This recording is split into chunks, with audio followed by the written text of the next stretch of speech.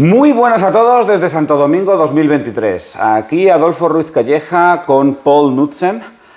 Paul Knudsen es un coleccionista y además es un comerciante que está afincado en Miami. Habla castellano, pero no habla castellano demasiado bien, así que vamos a hacer la entrevista en inglés.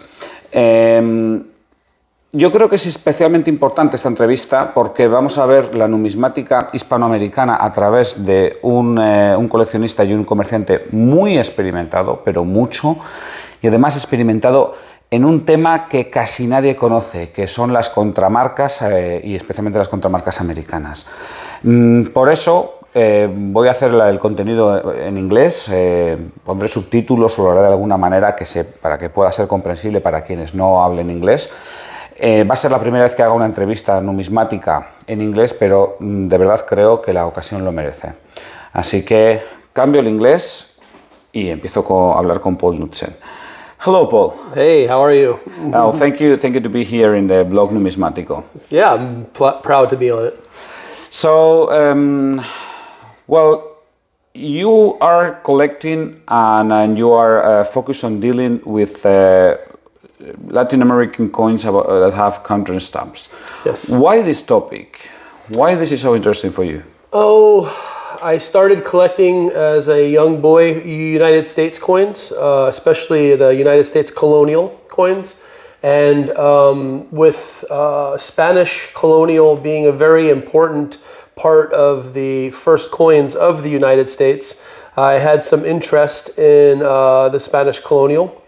The pillar dollar, of course, is the first dollar of the United States of America. And as I collected more and grew further, living in Florida my whole life, I found that a lot of the Caribbean coins were used through Florida and traded back and forth. So I started to develop a collection of Caribbean counterstamps. Some of them are very difficult, and since they're not available very much, I kind of branched out to counterstamps all around the world, specializing though in Caribbean and Spanish colonial coins. And so through the years, I've gone with everything from, copper, silver, and gold coins that are cut, counterstamped, different denominations used in different locations from different governments for different reasons, mostly for the necessity of the coin or an emergency issue that's been marked by that government. Mm-hmm. And I've just, the history behind them and the reasons for them are just very, very intriguing. So I have just amassed a nice little collection of those. Mm-hmm. So this is something that became like something local, like, hey, these were the coins of Florida, like back in the old times, but then It became global, and you are collecting counterstamps from all around the world and on every period. Yeah. Because there's some counterstamps that are very, very old. Oh, I have counterstamps from the Roman Empire in Greece, and even before that, Lydian coins from Electrum, the first coins of the world, with counterstamps. But just certain examples. I try really to collect 1700s, 1800s Spanish coins that influenced trade around the world. Mm-hmm. They were the number one trading coin anywhere during this period, mm-hmm. Because the fineness of silver and everyone, you could trade that coin for any type of goods. And the idea behind that is just pretty interesting. So that's what I primarily collect, but I do have. And how do you approach to a new counterstamp or like a new series of counterstamps? I mean, there are very many that are fake. Very many. All around the world. And also that there is also fake cuts, let's say, that they take an 8 reales and they do these beats.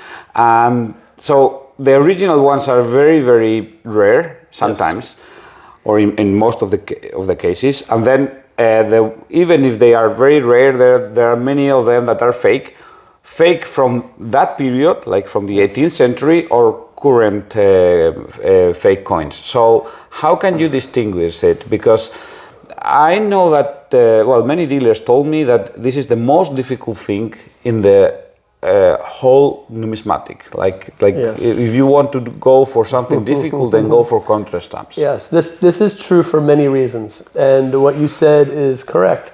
There are counterfeit coins that were period counter stamps that were done by blacksmiths or other merchants that wanted to make some extra money and copy the official government stamp. And those coins were still from the period. So then you also have, of course, unfortunately, people that are dishonest and they want to take a cut 8 reales and put something on it and perhaps try to quadruple their money, and they have those as well. So I would say, first of all, studying the coin before you buy it, perhaps buying it, of course, from a dealer that knows what he's talking about, and or something certified, perhaps. A lot of times, if it's too good to be true, it's not true. Wow, look at this great counter stamp on eBay for $20. Let me go ahead and grab it real quick. No. Yeah, this is fake 100%, this is for sure. Yeah. But even sometimes the dealers told me that, sometimes we don't know whether this is something real, that like it ever existed, or this is something that somebody made up later on. Because there is, most of the cases, there are no documentation about these marks or how they were done or anything like that. Like this is like a punch, but who says how this punch was done? This is nowhere. So how do you know that this is real and not a fantasy? So it's a great question for 2 reasons. The first reason is the official stamps were made and circulated in that region. So when you're studying all of those types of counter stamps, you have to look and see how the cartouche was prepared, how it was applied to the coin, the reverse side and the obverse side. You must look at, and also which ones have the authentic wear to them, which ones were circulating, and then compare that to some of the other marks that the cartouche is not quite correct. The tooling is done more modern. The piece never circulated. I have hundreds of coins in my black box that are not real, that are fakes, that I use as examples to compare to the original issues that are authorized, and both the contemporary counterfeit that was made at the time. Very few examples exist versus more examples of the correct punch, and then modern ones that it's not even on. Sometimes the coin that they even use is not a coin that it's possible. Sometimes the coin may be a more modern coin than the counter stamp was actually from, or just the stamps are too perfect. The coin never circulated.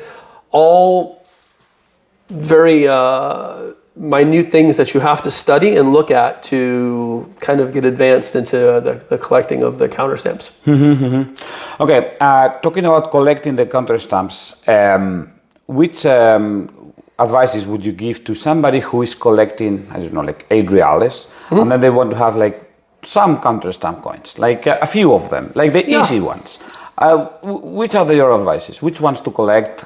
Well, you can get various types from around the world to have a nice example of cut and counter stamp for not too much money. If you're not going for the really rare pieces that only 1, 2, maybe 5 exist, you know, on a rarity scale of R8, R7, R9, because some of those can be quite expensive, and how many people are collecting that series as well. But there are several types. You can start off with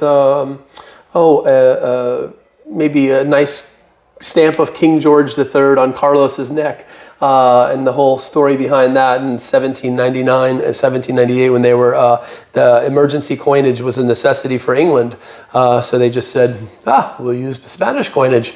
That's a great one to start off with, and it's a die that is very pronounced with his collar, with his hair.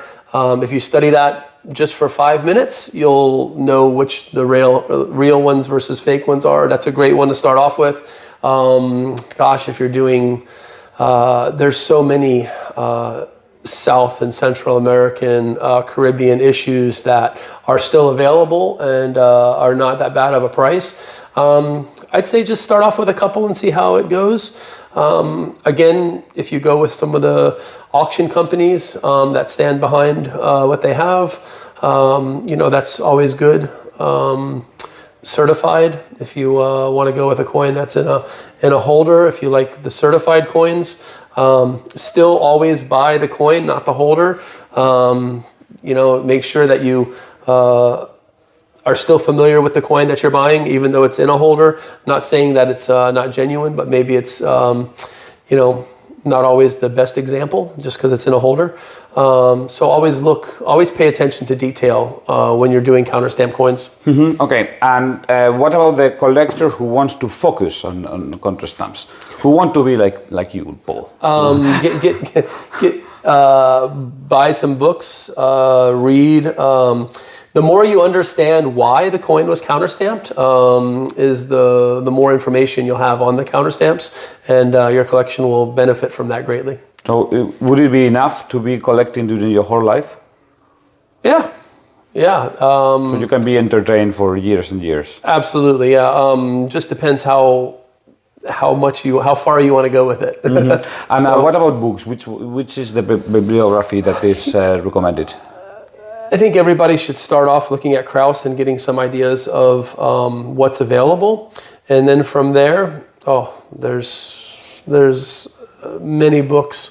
I guess Pridmore was one of the first books of colonial for the Caribbean.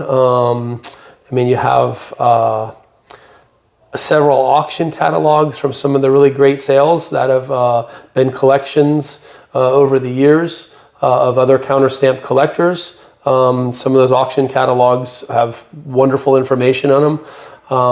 And they have real and fake coins in them that you can kind of compare the two. Mm-hmm. But that's where I'd start. Okay, then 2 last questions is, what is your favorite counter stamp? Wow. What is my favorite counter stamp? I have a couple. You can say the 2 of them. Let's see. What is my favorite counter stamp? Something that's intriguing that has a lot of different varieties. I guess maybe Guatemala has 10 different counter stamps from the early crown through the different types of sun over mountains, how they were applied, hinged, not hinged, front, back. That's probably one of my favorite areas of expertise, or even Costa Rica. They have holy dollars. They have, again, different types and denominations from the 1 real to the 8, even in gold.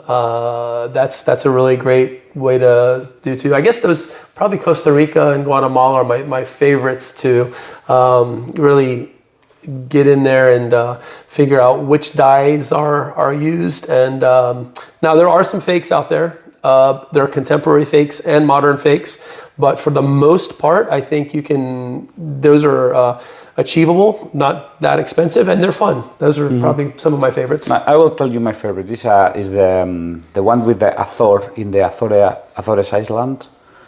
In the 16th century, it's like a little bird. Okay. And that is very, very nice, very beautiful. Oh, I know what you're talking about. Yeah. In the Isla Terceira, it's called in Portuguese. I don't know the name in English. Yeah. And what is the one that you would really like to have and you don't have? So you are still trying to hunt it. I'm still looking for a Australian holy dollar. I haven't got that one yet. So that's one that I'm hunting down. Okay, this is a good piece to hunt. Yes. Okay, so I don't know if you want to add any other thing, Paul. Don't get set aside if you're thinking it's too complex. Just specialize in one part. maybe just go with one country and start there and then branch out. But it's very fascinating once you really figure out the history, like I said, why, the necessity of the coins for the area and the time period as well. Very a lot of history. Okay, so thank you very much, Paul. Thank you for having me here. I appreciate it. Y a todos los demás, bueno, espero que os haya gustado la entrevista. Ha sido en inglés, ha sido la primera vez que hago una entrevista en inglés. Espero que los subtítulos ayuden a entender esta entrevista a quienes no habléis inglés. Pero es que yo no podía dejar pasar la ocasión de hablar con una de las máximas eminencias en lo que a resello se refiere, como es Paul Knudsen. Entonces, nada, pues desde luego, desde aquí, un saludo a todos. Adiós. Y hasta pronto.